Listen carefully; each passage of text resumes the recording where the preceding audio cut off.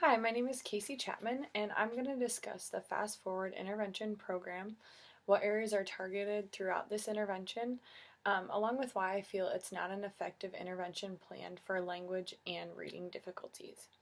So, Fast Forward is an online reading intervention that uses principles of neuroplasticity, which is the ability of the brain to rewire and improve, and they're used to treat the underlying cause of language and reading difficulties.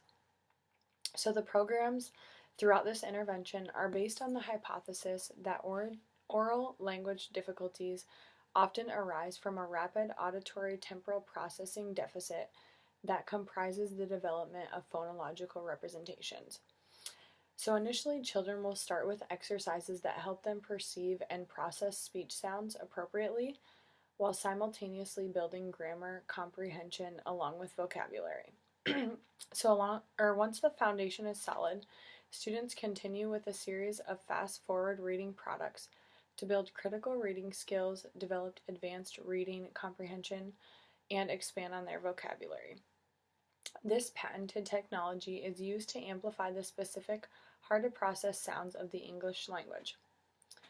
So there are multiple skills that the fast-forward online intervention plan aims to target. For example, attention and working memory skills.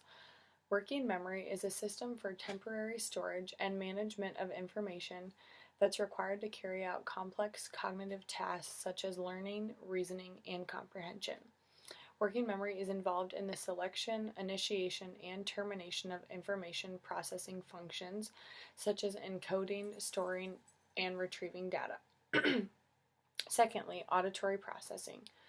Auditory processing is a natural process of taking in sound through the ear and having it travel to the language area of the brain to be interpreted. To have a breakdown in this process is called an auditory processing disorder or delay. This deficit is present despite having normal hearing. And auditory processing is what our brain does with what the ear hears. So when one is faced with an auditory processing deficit, his or her ears can pick up the sounds, the words, etc., but his or her brain is not able to process the sounds properly. Next, phonological awareness is described throughout the Fast Forward intervention plan. Phonological awareness is the ability to hear, identify, and manipulate individual sounds in spoken words. So before children learn to read print, they need to become more aware of how the sounds, how they work in words. And then fourth is grammar and vocabulary, and then the fifth thing that is addressed in the Fast Forward intervention plan is listening comprehension and following directions.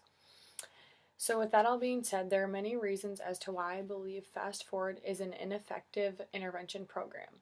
First, according to some research that I looked up done by Smith 2015 on young children who have used Fast Forward, 80% of their parents and educators that were surveyed did not notice significant improvements in their overall language skills of the child, including their reading. Likewise, 60% of parents said that their child did not seem more confident or comfortable with literature-based assignments after using Fast Forward. Another study I looked up, according to Strong et al. 2010, stated that early studies were done using Fast Forward on small groups of children with specific language impairment, or SLI.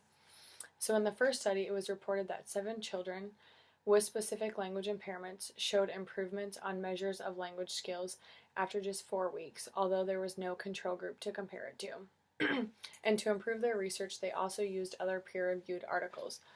So a second, smaller scale, non-randomized study of 22 children compared the effectiveness of an equivalent training program either with or without the acoustically modified speech component.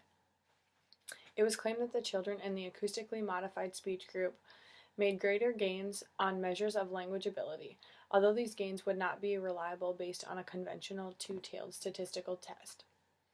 So because of this, Strong et al. Believed that the design limitations, such as the size and the fact that only the second study used control groups, but was not random assignment, which could possibly create biases, along with the absence of statistically reliable effects, make it nearly impossible to make any strong claims for the effectiveness of Fast Forward from these studies. So overall, based on parent and caregiver surveys, as well as specific meta-analysis research that I looked into, I feel as though ForWord would not be a beneficial intervention program for individuals with language and reading difficulties.